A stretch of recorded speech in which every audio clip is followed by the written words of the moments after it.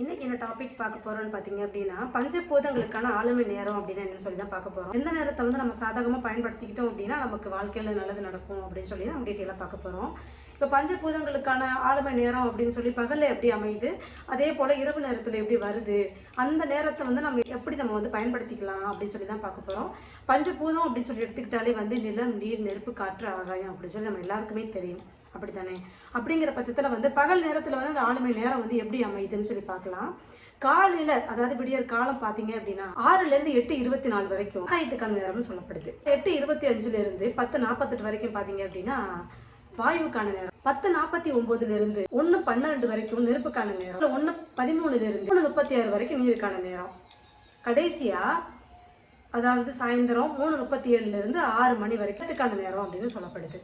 காலையில் இருக்கக்கூடிய பஞ்சபூதங்களுக்கான நேரத்தை பார்த்துட்டோம். அதே வந்து நைட் டைமில் எப்படி மாறுதுன்னு பார்த்தீங்கன்னா, இப்போ நம்ம சொன்னோம் இல்லை, இது அப்படியே ரிவர்ஸில் நம்ம எழுதிக்கணும். நம்ம நிலத்தில் முடித்தோம் இல்லையா, அப்போ நிலத்துலேருந்து ஆரம்பிக்கணும். அப்போ சாயந்தரம் 6லேருந்து 8:24 வரைக்கும் பார்த்தீங்க அப்படின்னா நிலத்துக்கான நேரம். இரவு 8:25லேருந்து 10:48 வரைக்கும் பார்த்தீங்க அப்படின்னா நீருக்கான நேரம். இரவு 10:49லேருந்து 1:12 வரைக்கும் நெருப்புக்கான நேரம். நள்ளிரவு, அதாவது நல்லா மிட் நைட்டில் பார்த்தீங்க அப்படின்னா 1:13லேருந்து 3:36 வரைக்கும் பார்த்தீங்கன்னா வாயுக்கான நேரம். கடைசிய விடியற்கால 3:37லேருந்து 6 மணிக்கு வரையும் பார்த்தீங்கன்னா ஆகாயத்துக்கான நேரம்னு சொல்லப்படுது.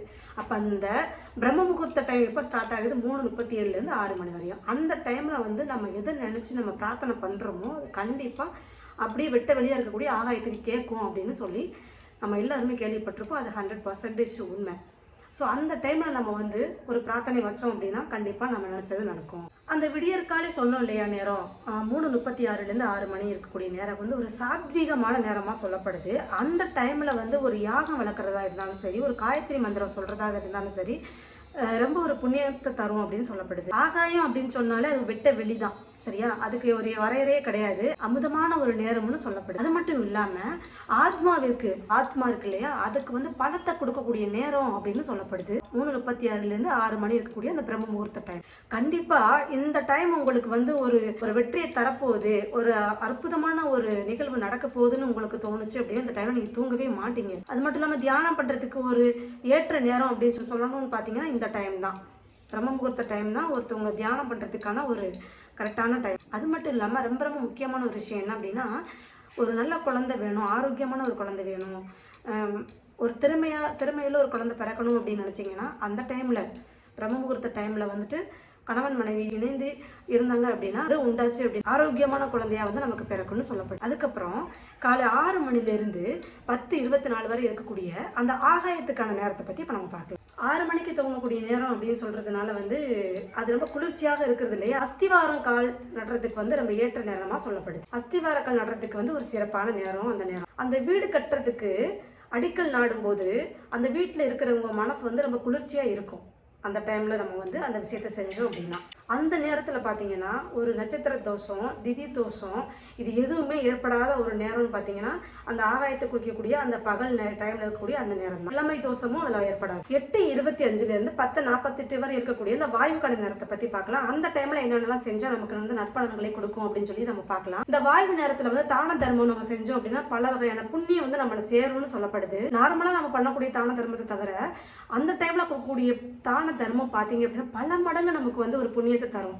இந்த டைமில் நீங்கள் புண்ணியம் செய்யணும்னு நினச்சிங்கன்னா இந்த டைமை நீங்கள் தவற விடாமல் செஞ்சீங்க அப்படின்னா ரொம்ப ஒரு நல்ல ஒரு பலனை கொடுக்கும். அடுத்து 10:49 மணிலேருந்து 1:13 வரை இருக்கக்கூடிய அந்த நெருப்புக்கான நேரத்தை பற்றி நம்ம பார்க்கலாம். இது வந்து ஒவ்வொரு மனிதனும் உழைக்க வேண்டிய ஒரு நேரம்னு சொல்லப்படுது. உழைச்சி அதுலேருந்து வரக்கூடிய வருமானத்திலிருந்து நம்ம ஒருவேளை சாப்பாடு சாப்பிட்றோம் இல்லையா, அது ரொம்ப ஒரு பல மடங்கு நமக்கு வந்து ஒரு ஆரோக்கியத்தை கொடுக்கும்னு சொல்லப்படுது. முதியவர்களாக இருந்தாலும் கூட ஒரு சின்ன வேலையாவது அந்த டைமில் செய்கிறது ரொம்ப ரொம்ப நல்லது. அதுக்கப்புறம் 1:13லேருந்து 3:36 வரை இருக்கக்கூடிய நீருக்கான நேரத்தை பற்றி பார்க்கலாம். அந்த டைமில் வந்து நம்ம என்ன செஞ்சால் நமக்கு நற்பலன்கள் கிடைக்கும்னு சொல்லி பார்க்கலாம். இந்த டைமில் தான் நம்ம மூதாதையர்கள்லாம் இறந்து போவாங்க இல்லையா, அவங்கெல்லாம் வந்து பூமியில் உழவிக்கிட்டு திரிகிற நேரம்னு சொல்லப்படுது இந்த டைமு. அதனால அந்த மூதாதையர்களுக்கு நம்ம திதி திவசம் இப்படி கொடுக்கறதா இருந்தால் இந்த டைமில் நம்ம கொடுக்கறது ரொம்ப சிறப்புன்னு சொல்லப்படுது. அது மட்டும் இல்லாமல் இறந்து போனவங்க அந்த டைமில் உலாத்திக்கிட்டு இருக்கிறதுனால நம்ம வெளியில் செல்லக்கூடாது. அது மட்டும் இல்லாமல் இந்த நீர் பஞ்சபூதத்தில் வந்து இறந்தவர்களை வந்து அந்த டைமில் வந்து நம்ம எடுத்துகிட்டு போகக்கூடாது. ஒருத்தவங்க இறந்துட்டாங்க அப்படின்னா அந்த டைம் நீர்பூதம் நடக்கக்கூடிய டைமில் வந்து நம்ம எடுத்துகிட்டு போய் நம்ம தகனமோ இல்லை இதுவோ பண்ணக்கூடாது. அதை மீறி நம்ம அந்த டைமில் எடுத்துக்கொண்டு போய் நம்ம அந்த தகனம் பண்ணாலோ திரும்ப என்ன பண்ணோம், அந்த வீட்டில் மரணம் நிகழ்ந்துக்கிட்டே இருக்கும் அப்படின்னு சொல்லப்படுது. அதுக்கப்புறம் பிற்பகல் 3:37 6 மணி வரை இருக்கக்கூடிய நிலத்துக்கான நேரத்தை பற்றி பார்க்கலாம். ஆன்மீக ரிலேட்டடாக இருக்கக்கூடிய சொற்பொழிவுகளை வந்து அந்த டைமில் நம்ம கேட்கலாம். அந்த நிலத்துக்கான டைமாக இருக்கிறதுனால நம்ம ஆன்மீக சொற்பொழிவு கேட்டாலோ திரும்ப திரும்ப பேசினாலும் ஆன்மீக ஞானம் வந்து நமக்கு கிடைக்கும். மாலை 6 மணிலிருந்து 8:24 மணி வரை இருக்கக்கூடிய நிலப்பூதத்தை பத்தி பார்க்கலாம். இந்த டைம்ல பாத்தீங்கன்னா எல்லா கோயில்லையுமே வழிபாடுகள் நிகழ்த்தப்படும். இது வந்து முகூர்த்த நேரம் அப்படின்னு சொல்லப்படுது. தியானம் செய்யணும்னு நினைச்சீங்க அப்படின்னா இந்த டயத்தை நீங்க பயன்படுத்திக்கலாம். 6 மணிலிருந்து இரவு 8:24 வரை இருக்கக்கூடிய டயத்தை வந்து நீங்க தியானம் பண்றதுக்கு ஏற்ற ஒரு டைமா நீங்க பயன்படுத்திக்கலாம். அது மட்டும் இல்லாம இந்த டைம்ல வந்து வீட்டுல விளக்கேற்றி சாமி கும்பிடுறதா இருந்தாலுமே இந்த டயத்தை பயன்படுத்தி நம்ம யூஸ் பண்ணிக்கலாம். அடுத்து இரவு 8:25 இருந்து 10:48 வரையும் இருக்கக்கூடிய நீர் பூதத்தை பத்தி பார்க்க போறோம். இந்த டைம்ல தான் பாத்தீங்க அப்படின்னா வடநாட்டுல வந்து திருமணமே இந்த டைம்ல தான் நிகழ்த்தப்படும்னு சொல்லப்படுது. இந்த டைம்ல வந்து நம்ம ஒரு மந்திரத்தை கத்துக்கிறதா இருந்தாலும் இந்த டைம்ல கத்துக்கிட்டோம்னா சீக்கிரம் நமக்கு வந்து மெமரியில போய் உட்காருன்னு சொல்லப்படுது.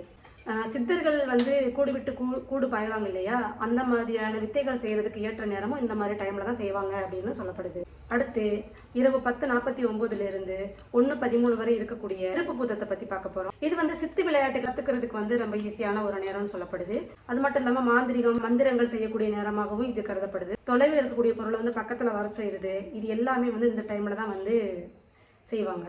அது மட்டும் இல்லாமல் ஒருத்தர் நம்ம வந்து இங்கே வர வைக்கணும் அப்படின்னு நினச்சா கூட அந்த டைமில் அவங்க வந்து சித்து விளையாட்டுகளை பயன்படுத்தி அதுக்கான ப்ராசஸையும் பண்ணுறதுக்கான நேரமும் வந்து பார்த்திங்கன்னா இந்த டைம் தான். மட்டும் இல்லாமல் ரொம்ப ரொம்ப முக்கியமான ஒரு விஷயம் வந்து நம்ம வயசை வந்து கூட்டாமல் இருந்து எதிரிகளை வந்து தன் கைவசப்படுத்துறது, அதுக்கப்புறம் எப்போதுமே இளமையாக இருக்கிறது போன்ற வகையான செயல்களை செய்கிறது எல்லாமே பார்த்திங்கன்னா இந்த இப்படி சொல்லக்கூடிய இந்த பஞ்சபூதம், அதாவது நைட் டைமில் நடக்கக்கூடிய பஞ்சபூதத்தினால செய்யக்கூடியது இது எல்லாமே. அதுக்கப்புறம் நள்ளிரவு 1:13 3:36 வரை இருக்கக்கூடிய வாயு பஞ்சபூதத்தை பற்றி தான் பார்க்க போகிறோம். இது வந்து பார்த்தீங்கன்னா மனுஷன் வந்து பலவீனமாக இருக்கக்கூடிய நேரம்னு கருதப்படுது. கடைசியாக வந்து பிரம்ம முகூர்த்த டைம்னு சொல்லக்கூடிய 3:37 காலை 6 மணி வரை இருக்கக்கூடிய நேரத்தை வந்து என்னன்னு சொல்கிறாங்கன்னு பார்த்தீங்கன்னா ஆகாயத்துக்கான நேரம்னு சொல்கிறாங்க. இந்த டைமில் வந்து நம்ம ஏதாவது ஒரு விஷயத்தை நினச்சிட்டு நம்ம வந்து கையில் உப்பை வச்சுட்டு இல்லை நீங்கள் ஒரு தியானத்தில் ஆழ்ந்துட்டு ஒரு விஷயத்தை வந்து மனமுருகி வேண்டுறீங்க அப்படின்னா கண்டிப்பாக அது வந்து ஆகாயத்துக்கு வெட்ட வெளிக்கு அதை வந்து அதை உணர்த்தி அது மூலமாக நமக்கு வந்து பிரபஞ்ச சக்தி மூலமாக ஈர்த்து அது நம்ம கண் முன்னாடி கொண்டு நிறுத்துறதுக்கான நேரம் என்னன்னு பார்த்தீங்க அப்படின்னா இந்த பிரம்ம முகூர்த்த டைம் அப்படின்றது.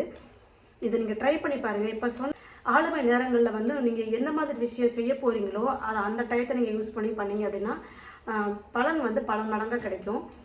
இதை தாண்டி வந்து நீங்கள் பஞ்சபூதங்கள் கொடுத்துருக்க டயத்தை தாண்டி நீங்கள் வேறு ஏதாவது ஒரு விஷயத்தை பண்ணீங்க அப்படின்னா அதுக்கான பலன் வந்து ரொம்ப கம்மியாக தான் கிடைக்கும்.